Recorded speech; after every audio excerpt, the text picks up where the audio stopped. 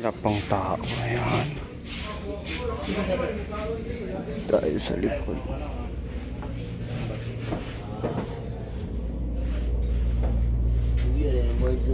Gimdagay mo. Workout ipatinggan. Okay, manangay ka talaga. Pugong lang eh. Mas kusog ang isang. Bago poli, kuna na birds mo poli.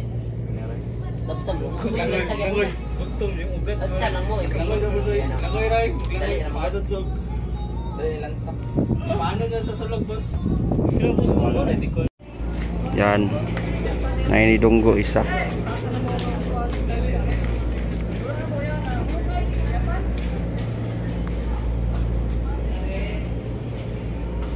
Dito tayo sasakay yan. Diyan tayo sasakay mga kaibigan. So, nandito na ho tayo mga kaibigan. Papunta ho tayo ng Samalaylan. Sasakyan natin ito. Yan. Yan ang sasakyan natin, yung tinatawag na lancha. Habang tayo po ay papunta na sa isla mga kaibigan, ay sasakay ho tayo ng lancha na ito. Kung makikita ninyo, nasa likuran ko po ang lanchang pagsasakyan ho natin. Meaning to say, in Bisaya, patabok na ta. From Saunsi, from here, Saunsi to ano. So, nandito na ho tayo, na anata sa Lawod, mga kaibigan, yung makikita ho ninyo.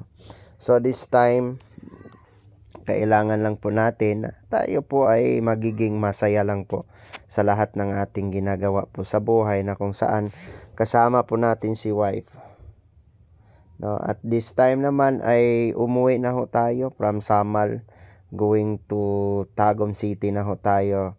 Dumaan po tayo sa Davao City mga kaibigan this time. So maraming salamat po sa inyong lahat. No, especially sa mga palagi pong tumitingin po sa aking mga video. So here na tayo sa bus, at pilara may istorya ay makauli ra gid ta, no, with the help of the God, which is na nandito ho tayo mga kaibigan para po magiging masaya po ang buhay ho natin, hindi po magiging malungkot, no. Ganun lang po, no. Kung may kaya pa ho tayo na lalakad ho tayo mga kaibigan, with the help of our Almighty Father who art in heaven, no. Ganun lang ho.